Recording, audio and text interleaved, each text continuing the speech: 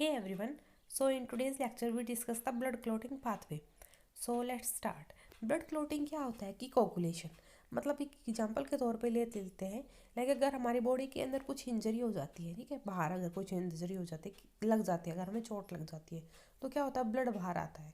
लेकिन 5 to 10 minutes के बाद हम देखते हैं कि जो ब्लड है वो आना बंद हो जाता है, और जो जहाँ पर इंजरी हुई वहाँ पर एक ड्राई लेयर बन जाती है, ठीक है। तो उस ड्राई लेयर को हम बोल देते हैं क्लोट।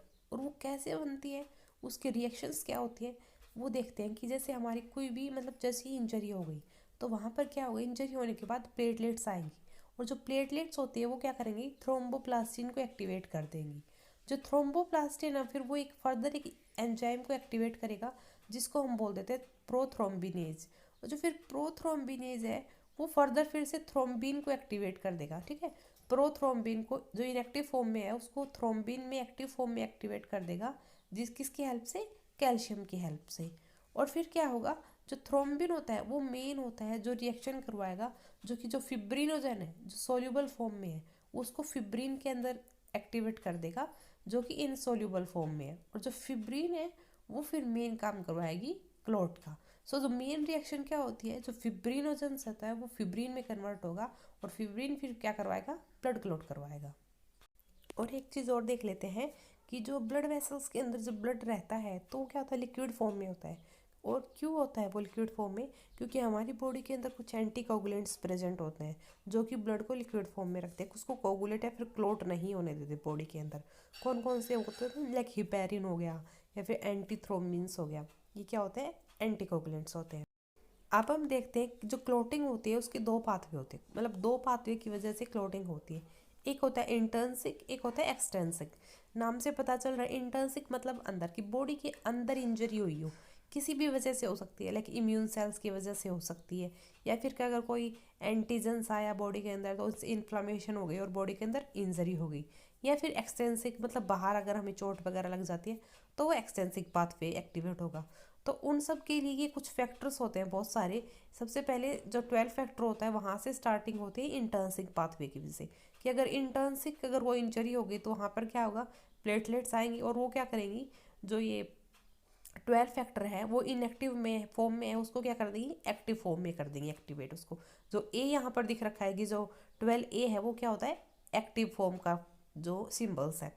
जो 12A है वो क्या करेगा, फिर 11A को एक्टिवेट कर देगा, ठीक है, 11 को एक्टिवेट कर देगा।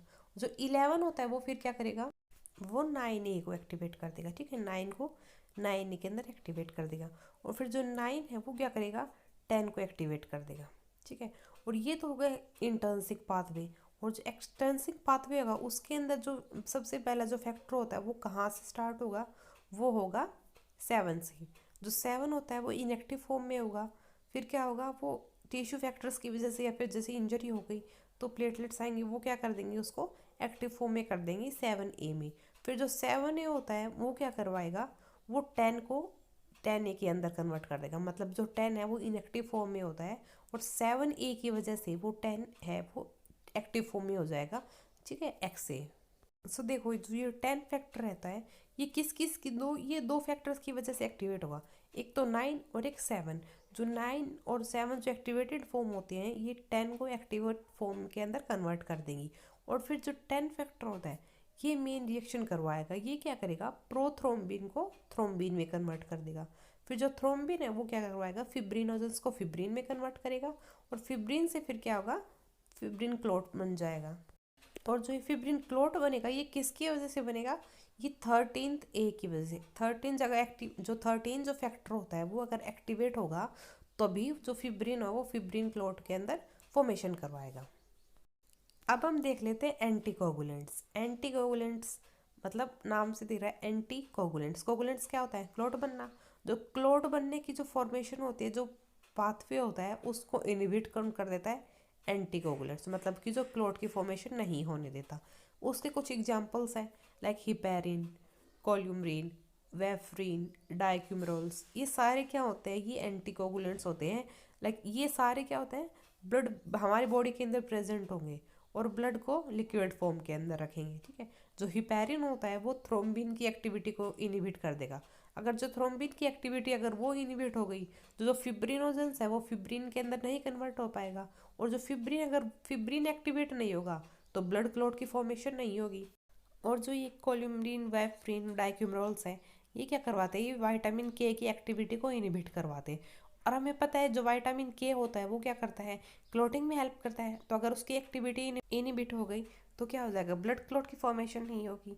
तो ये सारे क्या होते हैं, एंटीकोगुलेंट्स होते हैं। So thank you for watching and stay tuned for further learning.